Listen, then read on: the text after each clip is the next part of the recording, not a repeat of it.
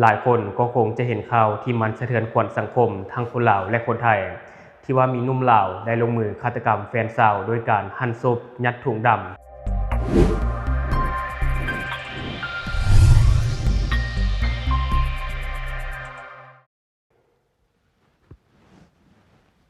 สบายดีท่านผู้ชมยินดีต้อนรับเข้าสู่รายการทอล์กเดอะนิวและข่าวที่ข้าพเจ้าอยากจะนำเสนอในมื้อนี้ก็จะมาบอกถึงข่าวที่มันสะเทือนขวัญสังคมทั้งคนลาวและคนไทยซึ่งข้าพเจ้าก็เชื่อว่าหลายคนก็น่าจะเห็นข่าวนี้เนาะที่ว่ามีหนุ่มลาวได้ลงมือฆาตกรรมแฟนสาวอยู่ที่ประเทศไทยเนาะซึ่งว่าการฆ่าในครั้งนี้เป็นการฆ่าที่โหดร้ายและก็สะเทือนขวัญสังคมบ่น้อยเนาะเพราะว่าหนุ่มลาวคนนี้ได้ลงมือฆาตกรรมแฟนสาวด้วยการหั่นศพแยกชิ้นส่วนศพออกเป็นชิ้นๆแล้วก็ไปยัดถุงดำเนาะยัดถุงดำ8ถุงหลังจากนั้นก็นำเอาชิ้นส่วนต่างๆไปทิ่มตามจุดต่างๆเพื่ออำพรางคดีซึ่งหนุ่มลาวคนนี้เป็นสาวสวรรณเขตหลังจากก่อเหตุแล้วก็เตรียมที่จะลักลอบข้ามมายังประเทศลาวแต่สุดท้ายก็ถูกเจ้าหน้าที่ตำรวจของไทยรวบเอาไว้ได้ก่อนแล้ววันนี้เฮามาเบิ่งในข่าวที่ข้าพเจ้านำมาจากเพจสำนักข่าว CIA ประเทศไทยเมื่อเวลา 20:00 น.ของวันที่24มีนาคม2026เจ้าหน้าที่ตำรวจฝ่ายสืบสวนสภ.ปากเกร็ดร่วมกับสน.ทุ่ง2ห้องและอาสาสมัครมูลนิธิปอเต็กตึงลงพื้นที่ปูพรมค้นหาชิ้นส่วนมนุษย์บริเวณถนนเลียบคลองป่าทางเข้าโรงเรียนเส้นฝั่งซิดเซเวียหลังได้รับคำสารภาพจากฆาตกรโหดที่ฆ่าหั่นศพแฟนสาวทิ่มกระจัดกระจายทั่วพื้นที่คดีนี้เริ่มต้นขึ้นเมื่อวันที่22มีนาคม2026ที่ผ่านมาญาติพี่น้องของนางแอมผู้เสียชีวิตอายุ20ปีสัญชาติลาวซึ่งเป็นชาวบ้านโพสีแก้วเมืองไซภูทองแขวงสวรรณเขตสปป.ลาวที่เฮ็ดเวียกอยู่ประเทศไทยได้หายตัวไปอย่างปริศนาผู้เป็นอ้ายจึงได้เข้าแจ้งความที่สน.ทุ่ง2ห้องหลังจากติดต่อน้องสาวบ่ได้โดยทราบว่านางแอมได้เดินทางไปหาแฟนหนุ่มคือท้าวต้อมเนาะอายุ24ปีเป็นชาวบ้านนาแก่เมืองไซภูทองแขวงสวรรณเขตที่ห้องพักในอพาร์ตเมนต์แห่งหนึ่งภายในซอยแจ้งวัฒนา14เจ้าหน้าที่ก็ได้รีบร้อนเข้าตรวจสอบห้องพักดังกล่าวและพบพิรุธคือมีคราบเลือดและเส้นผมจำนวนหลายเมื่อตรวจสอบภาพกล้องวงจรปิดก็ยืนยันภาพท้าวต้อมหิ้วถุงยางดำและกระเป๋าเปออกจากห้องหลายครั้งอย่างน่าสงสัยในช่วงกลางคืนและก็ตอนเช้ามืดต่อมาเจ้าหน้าที่ก็ได้สืบสวนสามารถสกัดจับท้าวต้อมที่ด่านพรมแดนจังหวัดหนองคายขณะที่กำลังเตรียมโตหลบหนีข้ามมายังฝั่งสปป.ลาวจากการสืบสวนสอบสวนอย่างหนักของเจ้าหน้าที่ท้าวต้อมก็ได้รับสารภาพว่าเป็นผู้ลงมือฆ่าแฟนสาวภายในห้องพักก่อนจะใช้มีดหั่นแยกชิ้นส่วนศพบรรจุในโถงดำรวมทั้งหมด8โถงแล้วได้นำไปเลาะทิ่มในพื้นที่ห้อยต่อทุ่ง2ห้องปากเกร็ดเพื่ออำพรางคดีสรุปการค้นหาชิ้นส่วนในคืนวันที่24มีนาคม2026ที่ผ่านมานี้เจ้าหน้าที่พบเห็นชิ้นส่วนสำคัญคือจุดที่1บริเวณของปากทางเข้าโรงเรียนเส้นฝั่งซิดเซเวียพบชิ้นส่วนหัวที่ถูกห่อโดยผ้าเช็ดโตและบรรจุในถุงดำจุดที่2หาจุดที่6พบถุงดำอีก5ถุงถูกทิ่มกระจัดกระจายป่าหญ้าข้างทางและในซอยเปี้ยวข้างกำแพงห่างออกไปเป็นระยะทางกว่า100เมตร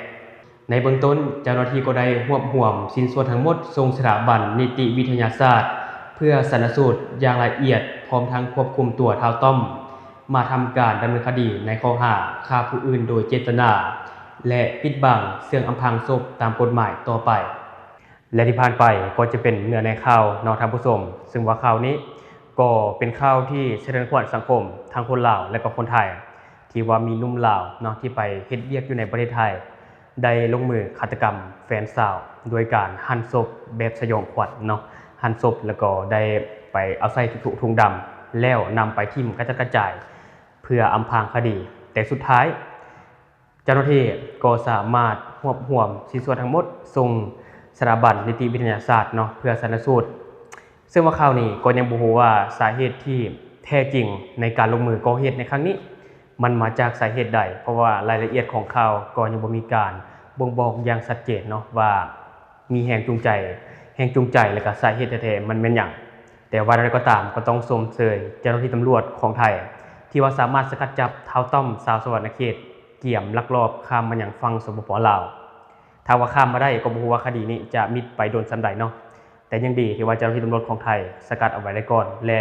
นำไปดำเนินการสืบสวนสอบสวนหาสาเหตุอยู่ในตอนนี้และท้าวตอมนี้ก็ถูกดำเนินคดีเป็นที่เรียบร้อยในข้อหาฆ่าผู้อื่นโดยเจตนาเนาะอันนี้ก็ขอเสียใจกับครอบครัวของผู้เสียชีวิตในครั้งนี้ด้วยเนาะและท่านผู้ชมคิดเห็นอะไรกับข่าวนี้ก็อย่าลืมคอมเมนต์บอกกันแด่และวันนี้เราไปเบิ่งคลิปที่ว่าเจ้าหน้าที่ตำรวจได้มีการสืบสวนสอบสวนท้าวตอมนี้นำกันก่อนนี่ก็ประมาณนี้แหละเงาเลาะหันส่วนขาก่อน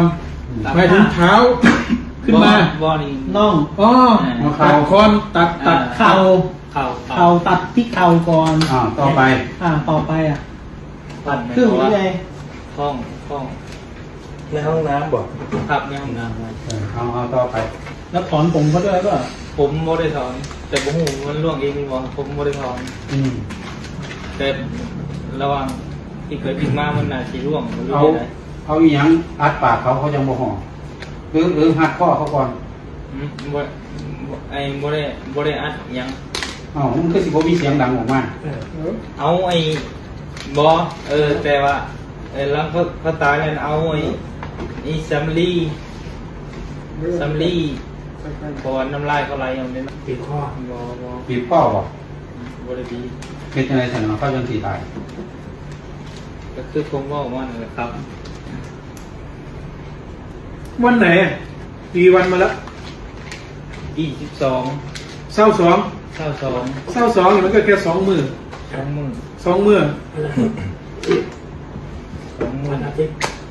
แสดงว่าเราไม่ไปทำงานใช่ไหมไปผมไปงานปกติเอาเลยบ่ได้ไปงานแค่มื้อนี้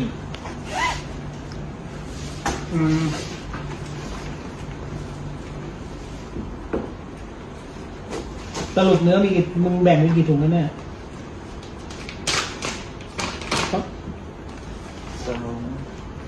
3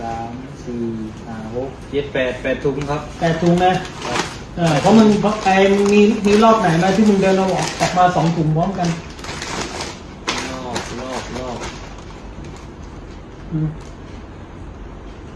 จำเลยเพราะว่าแต่มีรอบ2 ถุงนะผมมีรอบ2 ถุงใช่ไหมเพราะเขาบอกว่ามึงเดินถือถุงดำออกมาจากอาคาร7 ครั้งจะต้องมีรอบ2 ถุงแน่นอน1 รอบมีรอบ2 ถุงเพราะว่าแต่รอบ2 ถุงนั่นน่ะที่ผมหิ้วน่ะผมอันนั้นผมไปที่มีนาของซอยนั่นนะบ่ฮู้ว่ารถขยะเขาเก็บไปหรือยังที่ปากเป็นอะไรชื่อตัวเป็นอะไร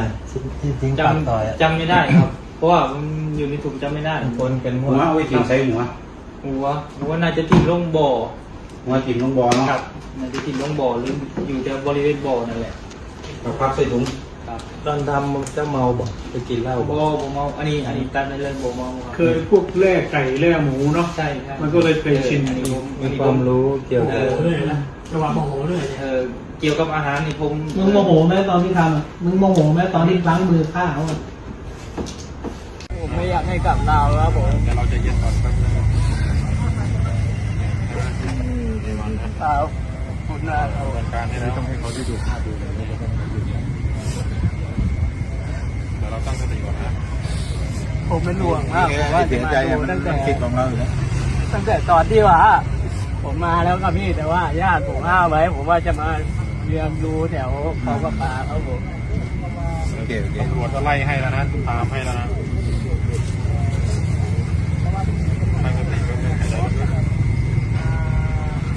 น้องผมใจดีมีไม่เคยก้าวร้าวไม่เคยพูดจาไม่ดีเลยครับเป็นคนสุภาพมากดีกับครอบครัวมากครับรักครอบครัวทุกคนครับผมน้องผมเป็นคนที่แบบว่ารักครอบครัวมากที่สุดครับผมไม่ห่วงอะไรเลยครับไม่ห่วงชีวิตตัวเองเลยครับผมจะหาให้ครอบครัวได้ดีครับผมทำไมมาจบชีวิตอย่างนี้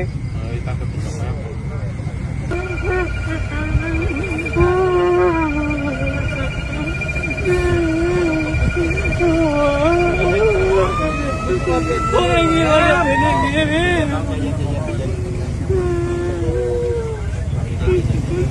เดี๋ยวจะตกไปในน้ำ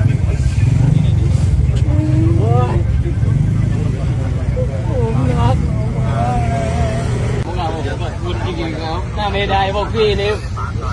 ผมไม่ได้ล้างชีวิตน้องผมกลับบ้านนะครับคุณพ่อคุณแม่นี่เหมือนสติแตกนะครับเหมือนกับว่าอยู่ที่บ้านนี้